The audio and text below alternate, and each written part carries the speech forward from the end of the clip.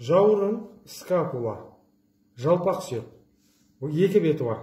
Дорсальдық беті арқа қараған, қабырғалық беті қабырғаларға. Қабырғалық беті фациес косталис, дорсальдық беті фациес дорсалис.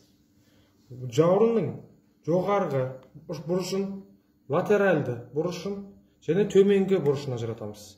Жоғарғы бұрышы ангулус superior, латеральды бұрышы ангулус латералис, төменгі бұрышы ангулус inferior деп аталады. Үш жиегін ажыратамыз. Медиалды жиегін, қалыңдау келген латеральды жиегін және жоғарғы жиегін. Медиалды жиегі марго медиалис, латеральды жиегі марго латералис, ал жоғарғы жиегін марго superior дейміз.